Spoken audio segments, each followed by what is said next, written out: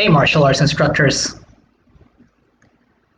I'm glad you could make it to this live cast because this one's all about you guys. And today we're going to go over revising your copy in any of your marketing pieces. So, who is this for? This is for martial arts instructors who teach Southeast Asian martial arts professionally, who feel like they can use more students in their practice, who want to avoid the usual slog of having to compete with other martial arts schools, with big box gyms, and even with people's inherent laziness. This is for instructors who want to hone in on one particular audience instead of looking and feeling like general services, because niches contain the riches.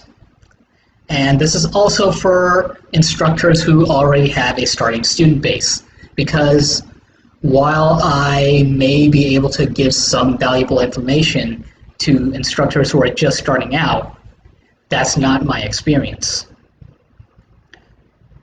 So for those of you who don't know me, my name is So Tun. I've written copy for 3 different martial arts organizations, all of which were international. 2 of them had email lists that they emailed regularly, and those lists numbered around 2,000 strong. The last one had 300 contacts in their email list, and they didn't quite consistently or regularly mail their lists. I'm keeping their names hidden for the sake of privacy, but 2 of those organizations deal with more of like the combative side of martial arts, and one is simply traditional Southeast Asian martial arts. So a little food for thought here. How many of you, as small business owners, as professional instructors who have to wear multiple different hats, how many of you are able to dedicate any amount of time or effort in revising your marketing pieces? Because sometimes it can be a bit much, and I understand that. Because the problem is, I'll notice that sometimes copy on just about anything, it doesn't matter if it's back end or front end, whether it's a website, a sales page, a landing page, a banner ad, a social media ad, it tends to go unrevised. Now, this is a bit of a problem because it stunts that copy's potential and leaves a good number of enrollments and money on the table, which you as the instructor can use to grow your practice. So this is a bit of a problem because without any attempt to make your copy better, you end up potentially stunting your school's messaging and growth. And by doing that, it limits the degree to which you can promote the martial arts that you teach. Now, this especially goes out to those of you who care about Southeast Asian martial arts as much as I do, or if you're particularly avant-garde and you want to promote a new framework to traditional martial arts, then this is going to be super important. So how do you begin revising your copy? Now, bear in mind, this is all from my experience, and it doesn't necessarily paint your reality. But I prefer to go about it section by section because it's a lot simpler to be able to break my copy down to chunks. Now, it doesn't matter how long or how short the copy is, because by being able to focus down on one section, I can really hammer out any particular kinks, any particular errors, everything from the grammatical to the idiomatic. Does it sound like whoever I'm writing for? Does it flow? That's what I'm looking for there. I don't recommend trying to revise the entirety of your copy just yet until you've gone section by section, because it can be a little bit tough to track, especially if you're at the end of the day and this is pretty much the last task on your to-do list. I should know because I've had a few days before where I tried going through the entirety of my copy only for me to go, okay, screw this, maybe tomorrow.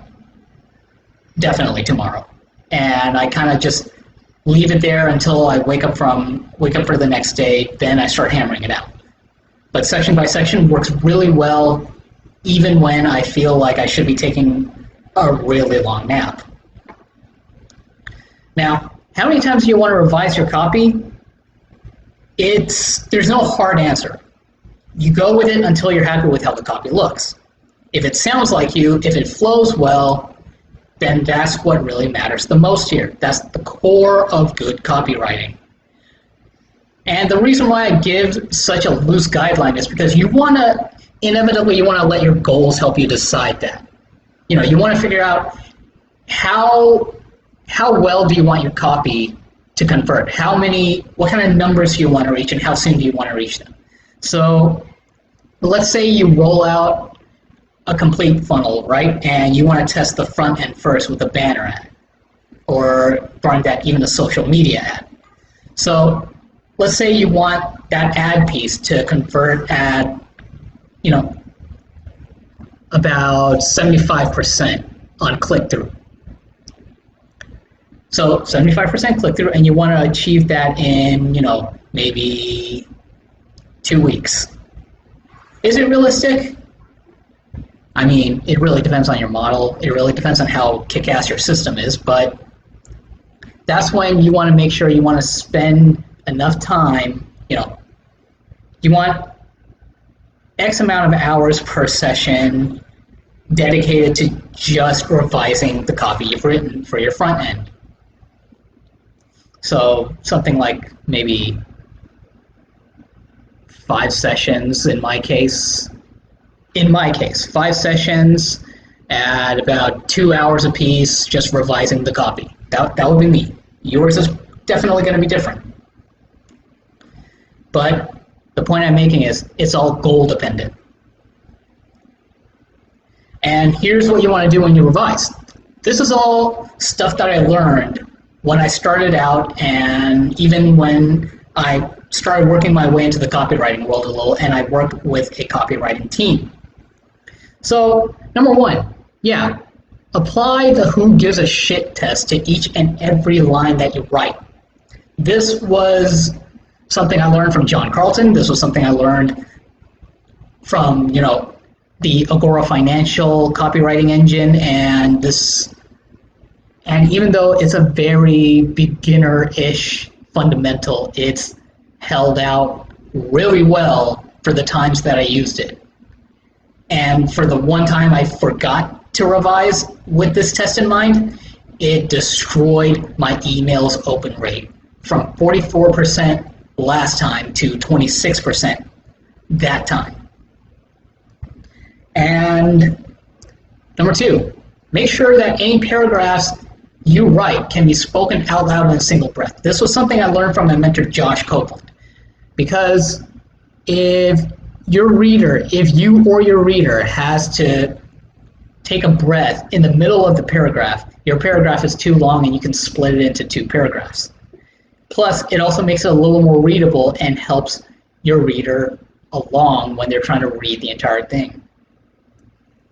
And in relation to that, you want to read your copy out loud. You want to see if it flows and it sounds like you. Because if it doesn't, then what you have is not your copy. What you have is some kind of Frankenstein's monster, or some kind of abomination of copy that kind of tried throwing your voice in there and shoehorned it into a structure that really isn't you. With that said, there is a basic copywriting structure, but it's not super tied to any one particular tone of voice. Now, this was a very short session. This was a very short video because honestly, revising your copy, this is a fundamental, really simple and not exactly easy, but it has to be done. So there's not a whole lot to go over when it comes to a fundamental like this just yet. But people who do and people who don't, you can see the difference. It's like night and day. People who revise their copy do convert better. So if you like this, what's next? Stay tuned for my next live cast.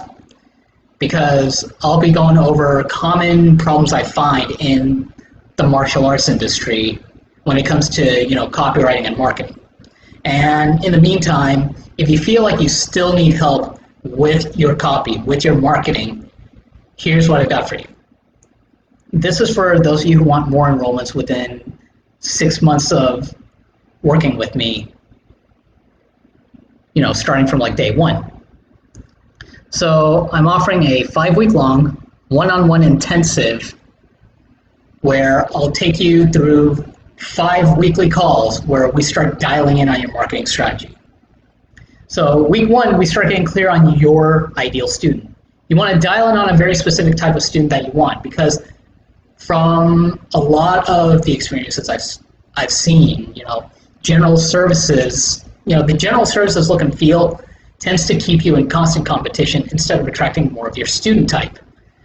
This is a little problematic because, I love martial arts, and especially Southeast Asian martial arts, and I really hate it when a good teacher, a good school, has to constantly compete with, McDojos, with other systems, with big box gyms, and it has to do with how there's not enough clarity on the marketing just yet. With your student, with your ideal student, you want to hone in on their wants, their needs, their aches and pains, why, you want to find out why that they want to take up martial arts in the first place. Because that's how you'll be able to get through week 2, which is putting together your offer. So when it comes to getting clear on your offer, ideally you want to put together some kind of program that solves a specific need for your ideal student and gives them a specific outcome in a specific period of time. It's kind of like with my offer structure where I take you through 5 weeks. And I also have a strategy session in that weekly call where we'll help you put together your offer and get clear on how you want to stay in business with your students in the long term as well as the short term.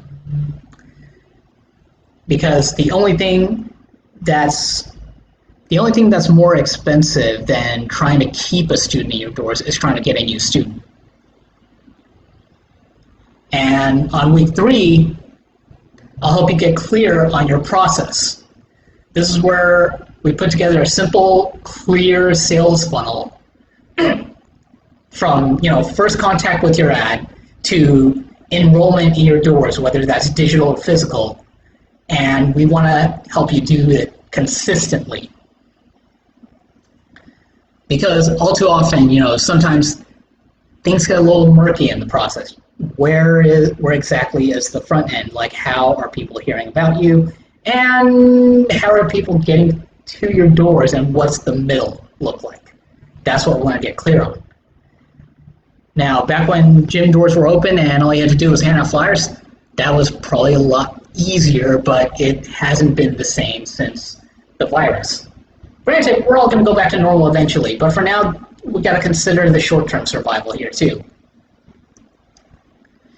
And week 4 is where we get clear on your messaging. This is where, I start putting together the first pieces of your copy so that you can test it out and start attracting more of your ideal students.